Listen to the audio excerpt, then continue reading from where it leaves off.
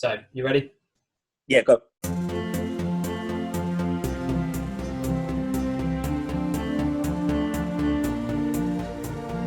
Good morning, good afternoon, good evening, whenever you happen to be listening to another episode of the Non-League Nosh. I am James, and unfortunately tonight I'm not joined by Adam due to child commitments. He couldn't make this evening, but I'm delighted to say that I'm joined by ex-professional football player Paul Hayes. Paul, how are you doing this evening, sir? You well? Yeah, James, I'm all well, son. How are you? Yeah, not too bad. Not too bad. Good. Good to hear.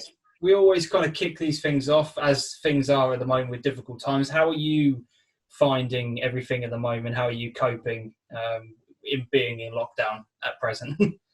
Yeah, I think it's just got a little bit surreal now. You know, when everything that's going on in the world, you're not too sure about. You're last to know, and then you put on obviously on lockdown, and then you start to think, well, this what's going on in the world is so serious and so surreal. And to start with, like you say, you're getting on with it, and you vaguely, you sort of maybe go out for a walk or maybe a little run, maybe go to the shops to get something and come back home again. And it's, first couple of days, it's just novelty, isn't it, what you do? And then obviously after a week or two, like anyone, you start to get maybe a little bit bored, a little bit agitated, a little bit of just unsurance knowing what is actually going on and when things are going to change again, isn't it? So it's, it's different. But listen, we're, the main thing is, both me and you, we're healthy. Do you know what I mean? We're fine, and there's other people going through so much more than what ourselves going through. So it's quite a scary thing at the moment in time for everyone involved. Yeah, definitely, that's it. So with your current kind of, what line of work you're into at the moment, are you kind of able to do anything from home, or is that kind of just completely come to a bit of a grinding halt? Because I know for me, I was working for a very brief time, and then they've just said, no, we can't, there's nothing for you to do. So there's no, with there being no work, we're placing you on furlough. Do you know what I mean?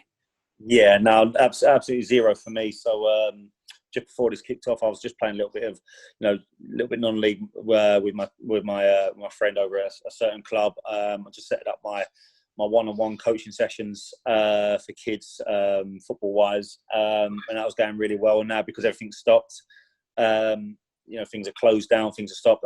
Obviously, there's nothing to do now. So just waiting around to see when things can sort of go back to how they were. Yeah, definitely. Well, what I want to do throughout this podcast is go into a bit into your career, kind of talk about your time in the game and particularly non-league football and how you've kind of found that experience. But before we do that, we always start these podcasts off with a few random questions just to kind of get to know you, Paul. So I don't know if you would have probably listened to any of the podcasts prior to jumping on tonight. So these will fire away. Ask any questions. Go on, off you go.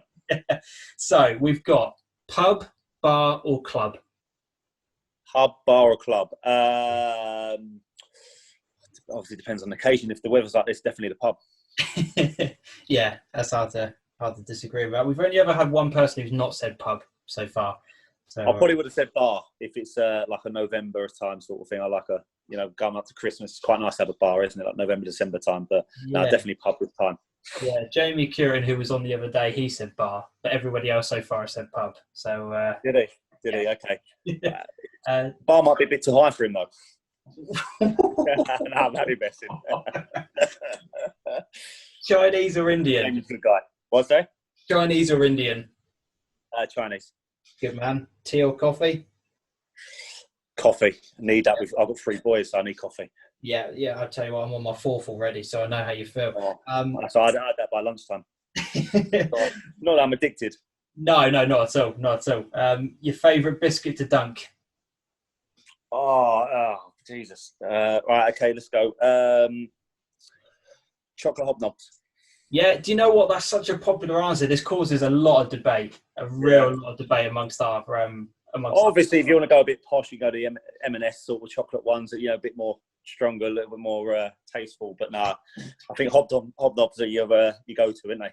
Yeah, that is a very popular opinion amongst people. But we had somebody on the other day who said that it's just wrong to dunk a biscuit, and I nearly kicked him off the podcast the moment he said it, to be honest. But listen, you shouldn't talk to him anymore. No one wants to listen to him anymore. No, exactly. I think everyone loves dunking a biscuit, didn't they? Exactly. It's a given. Exactly. Instagram or Twitter? Good question. I do. Yeah. Obviously, my generation's more Twitter, but I'll probably go with Instagram. Yeah, nice, good call. Favorite music genre? Favorite what? Sorry. Music genre. Do you have like you kind of like a rock guy or a pop, hip hop, that kind of stuff? You know, I vary with everything, but probably. Do you know what? I was brought up on the old school garage because I was at East End boy sort of thing. So probably that, which is like you say, not a bit strange, but yeah, old school garage. No. I said Jamie had hip hop the other day, which was interesting. I'm surprised, yeah. we had the question of favourite band, but it took people quite a long time to answer, so we changed it. Well, if you said favourite band, I would have said Gareth Ainsworth. His band. Yes. What a singer and a musical man he is. Brilliant. Yeah. I've actually witnessed him. We went on a pre-season tour to France, and we got him up in a restaurant, and he was singing. Really? Gave him a guitar. It was awesome. Brilliant. Yeah, it was good. Good times. If you guys haven't checked that out, just type in Gareth Ainsworth band into YouTube. There's loads of clips. I'm sure you'll get it somewhere off FM was page on Snapchat or Instagram or something like that. He would have put it up there. But yeah, no, it's all good. Exactly. Favorite box set? Favorite box set? Oh, good one. I was talking to this my mate the other day. Close, but I'd probably have to say Game of Thrones. Yes. Up until would have to. Pardon? Up until the last two series, yes. Yeah, but I think that with all series, they all sort of finish where you're not ready. Or Pinky Blinders, them too. I need to get into that. I've never watched an episode. Honestly, it's like everything. You've got action. There's twists to it. It's interesting. It's really good. It's good that. We are in lockdown, so I've got loads of time, so I can sit down. I've got no. Well, I'm saying you got a newborn. I don't think you got time, if I'm honest. Do you have a favourite film? Favourite film? Oh, interesting. Okay. Do you know what? One of my good ones is I like Moneyball. Moneyball. Yeah, with Brad Pitt. Just purely because of obviously one, it's a sport film, but it's true life. I like all true life documentary films anyway, and because the reality of it is do you know what I mean? It was a little bit like when I was Scunthorpe and Wickham. You're up against like the so-called bigger clubs with the big wages, and normally, like you say, that like majority of things, a little bit like the Premiership with Leicester, like, the ones that have the most money win the leagues or, do the best because they can attract the better players and that sort of spill. So the fact is when we was at Scunthorpe, when we got to the Championship, our budget was 2.2 million a year. And the next to us was Barnsley on 5.5, and it went all the way up to Newcastle, it was 25.5 million. Wow. So all the rest of the players, like your Cardiff, your Forest, your Leeds, everything like that was in between 25 and 5 million. So we're way below the budget, and we managed to stay fifth bottom in that league. We didn't get relegated, and for the size of Scunthorpe, when we were getting sort of 6,000 or 7,000 fans, and our income was, like I say, our wages were 2.2 mil. To battle against it was brilliant. And same with Wickham, when, like you say, Gareth Ainsworth was very much like, we're underdogs with this or that, and we had a meeting. I said it's a little bit like Moneyball. Do you know what I mean? The film itself is about baseball, and it's about the team themselves, their revenue and their money is something like 325,000 or whatever it is, and they're up against the big boys, and they managed to win the series, and they had the record. I think it was 21 games or 22 games unbeaten all season, or winning rate or whatever it was, and it was just surreal. So it's do you know what I mean? Things like that it's inspirational. Do you know what I mean, to people, and it just motivates you and it just excites you, and it was. That was good. Or Any Given Sunday. I think that's quite a good film. Well, I tell you what, you sold that to me. I'm going to go and check. I'm going to see if I can find that when we finish. Got Brad Pitt in it, so you can't go wrong. He's not a bad-looking chap, is he? Well, there you go. I'll have to check that out. Cats or dogs? Cats or dogs? Dogs, definitely. I don't like cats. Dogs, definitely. I've got 2 dogs myself, so I love them. Yeah, good call. Sky or BT? Oh, Sky all day long. Sky. Yeah, and other than football, do you have a favourite sport? Anything you kind of keep a close eye on? Keep a close eye on.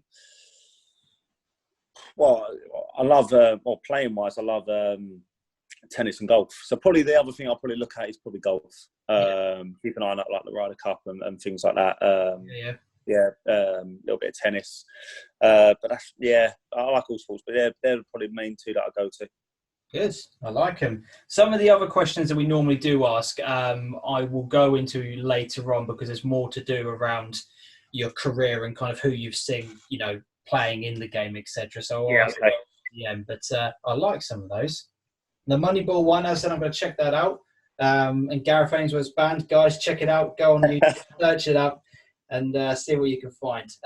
Paul, main topic that is always on the podcast at the moment, especially with what is going on in the world, the decision to cancel football in the non-league scene in particular. And we've just had the update from the National League to say that Step 1 and Step 2, the season is going to be expunged as well. Now, outcome of that, whether or not they decide to do points per game is a decision for another day. But where do you sit on the whole issue with it being non-league, and yet the EFL and the Premier League seem very keen to get something going from at least June onwards? Well, whether or not that will happen is another matter. But how do you sit on it? What have you been making from it, watching it from a distance, or being involved in it really? Yeah, no, it was a bit strange because obviously just before it, completely before obviously it got wiped sort of thing, I was just playing for Chatham, which is just obviously in Kent, Step 5, and majority of the team stopped, but I think we played last weekend before it finished, and it was quite strange to know what was really going to go on, whether we was going to carry on playing or not. And and obviously as it finished, and then about a week or two later, it was confirmed that all non-league apart from, like you say, Step 1 and 2 has stopped. And there's a lot of people talking about why has it stopped? Why can't we carry on playing it? Do you know what I mean? Or wait for something else, but. Ultimately, and it comes down to one thing, it comes down to money. There's too much sort of power and money in the Premiership Football League for them to make decisions straight away, and also players' contracts and things like that. So obviously, like I say, non-league players obviously either on they either registration, non-contract where it's week to week, or they might have a contract that runs out sort of beginning of May. So they can finish that with pro footballer contracts. They run out end of June, and if they get an extra month's salary in July if they can't find themselves at the club anyway, so they have like a month's extra salary. So when it comes to it, so what they're saying is from my experience, stuff like that like you say, there's a lot, like I say, a lot more money in the pro game for them not really to decide what it's going to be. So, but I think when I was just before it ended, it had to finish. It had to finish because same as I think the pro game anyway, it will end, because fundamentally it's how long is this going to go on for? Like the disease and everything's going on, and not only that, like when you ask questions about saying that, we're going to come out of lockdown now. The next stage is it's going to be a case of everyone's going to be wearing masks, and it's going to be sort of blended into sort of maybe being around small little groups, but. The problem is, and I was chatting to my, one of my ex-players anyway the other day, and we said, the thing is, let's look at it. Just say, for example, Wickham, you've got 22 pros, you've got maybe 7 staff members at the training ground. They're talking about, having, if they're going to do it, you've got to be tested all the time, because if someone's carrying something, you're going to pass it on again. So everyone's going to be tested every day, but you can't afford to have tests at that club as well as every club. Every day, to make sure that they can train, to make sure they can get fit to play games behind closed doors, because everyone needs to be tested every time. So I don't see how football really can come back at this moment in time until the whole thing's finished. And also, you flip it another side. If it does get back to football in August or September, whatever they're going to do, well, the problem is we've all got the Euros start next summer. So if you're going to start the Premiership up in November, let's say, you've got 7 months there, or 6 months, to really push in as much as a pro season as you can, which normally takes 10 months. And let's face it, if you watch the Pep documentary that I watched the other day on Amazon, they're playing every 3 days. Yeah. So and that's that's what they play at in you know, when they're in Europe and stuff like that. So how are they going to play every 3 days with 6 months going straight into the Euros? It ain't possible. No. So we got, when I say about there's too many decisions to make, there's too much power, there's too much money. They don't know what they can decide to do because they don't know when they're going to go back playing football. And I think that's the biggest problem when it comes to the pro game, where the non-league, like you say, unfortunately, there isn't much money in it, and people's contracts are basically week to week so they can finish it. And also, as you can see, unfortunately, there are a couple of clubs folding at the moment because they can't obviously afford to stay afloat, the non-league clubs, and that's just where the problem is. That's why they've had to close it. But I generally think that they're going to have to stop the pro season. Me personally, I can't see them finishing off the season because of the Euros next summer. Well, they are very determined, aren't they? I mean, I've seen the EFL data saying the 5th of June or 6th of June. The Premier League are coming out. I mean, I've seen statements from various different people. They are very determined to get this season done. I mean, realistically, unless you quarantine the whole team together for a period of time, like you said, you're then going to have to start testing people every day, aren't you? It is going to just get beyond a joke. You are. And the thing is, the scary thing is we can't even get tests for normal people. Like my girlfriend, she works for the NHS, and struggling with obviously masks. So they've been told to put the mask on the patients. So they're struggling. Anyway, long story short, she's been doing that for a couple of weeks. The last 10 days, she's had Corona-19. She's obviously got the virus, COVID-19. She's been stuck in bed for the last 11 days. She got so bad that she had to call the ambulance and to go in the hospital. She had her oxygen levels taken, and she was 1% okay to stay at home. She was 1% down. She'd been thrown straight into intensive care for her oxygen levels. Her blood level was very low. I say she hasn't eaten for 11 days. She was in a terrible, terrible place. And the problem is, like, she's never been tested before because they don't test them. And so what I'm saying is the people on the front line, some of them haven't been tested. The key, other workers have not been tested. So why would they go and give football clubs loads of tests to get tested? Because let's face it, sport at this moment in time takes a complete back burner. When sport, for a lot of time, has always come first because of money and power and because everyone likes it. This disease now, and I call it disease, I call it like the mini plague because it's wiping people out, families and people, stuff like that, and people dying from it. So it's a case of people realise how serious it is. I think until this completely goes, you can't open up big venues where there's going to be loads of people, like confined space, football stadiums, concerts, cinemas, restaurants, bars, pubs, everything that where you're going to be in a combined space. So sport at this moment in time takes a complete back burner, which, like I say, it's two sides of the coin where you think, right, everyone wants to get it back. It's got money, it's got power. We need to get it back. It has to finish off. But on the same hand, you can't because you're risking people's lives. Yeah, because I think we were talking about this the other day, and obviously we were saying how much money there is in the top level of the game and how people, the excuse can be chucked around that, there are a lot of employees at football clubs who are relying on football to be able to continue. And that could potentially be pushed as an excuse to start the season. Another thing, obviously, listen, there's numerous of things that there are obviously discussions sorted out, but a big thing that I read as well is so the Premiership, obviously Sky handed out their money beginning the season to each Premiership club. Right. So I can't remember who it was. I don't want to say the club because I might get it wrong, but it's one of the Premiership clubs. They've spent all their money for the season for Sky. Well, the problem is if they void the season, Sky's going to turn around and say, well, you didn't finish the full season. I want some of my money back, which they're entitled to. And they'll probably get lawyers and solicitors and everything involved in that. Mm-hmm. But the problem is, whatever club it is, they've spent the money already, and probably other clubs have, because as you do, when you get given the money, they probably spend it thinking, well, the season's going to finish. We'll get more money beginning next season. Yeah. But as they do, they get lawyers involved. They'll say, well, you didn't actually finish the full season. You didn't finish all the games. So we're entitled to have a % of our money back. But them clubs there ain't got the money to give it back because how stupid and silly it sounds, whatever goes in sometimes at these Premiership clubs, money-wise, goes straight back out the door again. Yeah. As in buying things and revenues and wages and transfer fees and agent fees and doing up the training ground or the stadium or whatever other things or accommodations for the footballer players or flying or whatever they're doing, it all gets spent. So that's another thing that you've got to look at and go, well, what's going to happen there? How are they going to pay the money back when they can't afford it to? So it's like I say, the biggest thing with pro game is money, it's power. And the problem is there's too many people who have a say on what's going to happen, and none of them got answers because they can't give answers out until the government or the scientists say this is what's going to happen.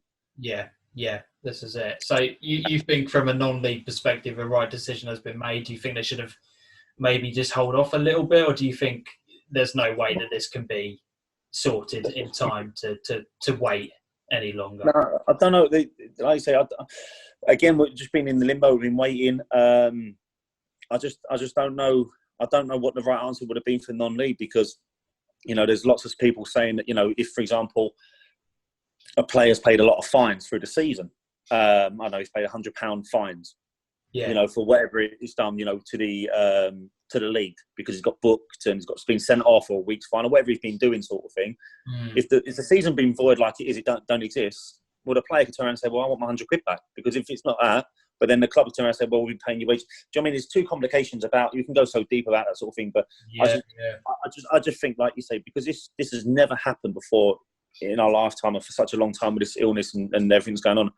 I think that they should have cut this short ages ago to stop what was going on, and I think they had to stop it, because they could have carried on going or waiting, sort of thing, but we just don't know what's going to go on. And then you sort of, do you know what I mean? I don't know what the answer would have been for the non-league. I do feel sorry for the couple of sides that are in sort of semi-finals or potentially going to finals. And I know there's a couple of teams like Concord Rangers and stuff got a chance of going to Wembley in the Vase or the Trophy, wherever it is. And they're one game away from getting to playing at Wembley, and they won't get that chance now. And it's, them sorts of sides there, it's really hard, to swallow, people to swallow, sorry. And the clubs that hopefully get promoted. But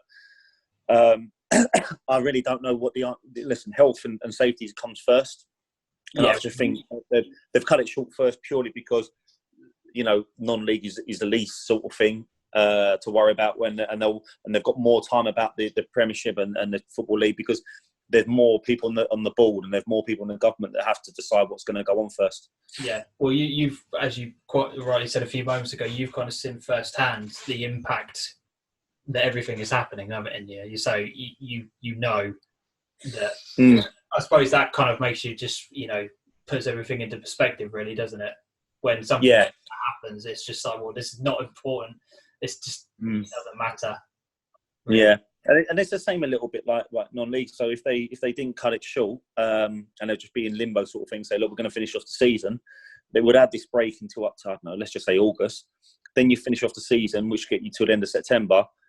Then what happens? Do you just carry on playing for the next season, quickly round to finish off, hopefully at the end of the season properly? Or do you have your end of season break to have your pre-season November? But then still, the club still has to pay their money to their players at non-league for the next couple of months while they finish the season, which clubs obviously haven't probably got because they're struggling for money. And then they're going to start up again.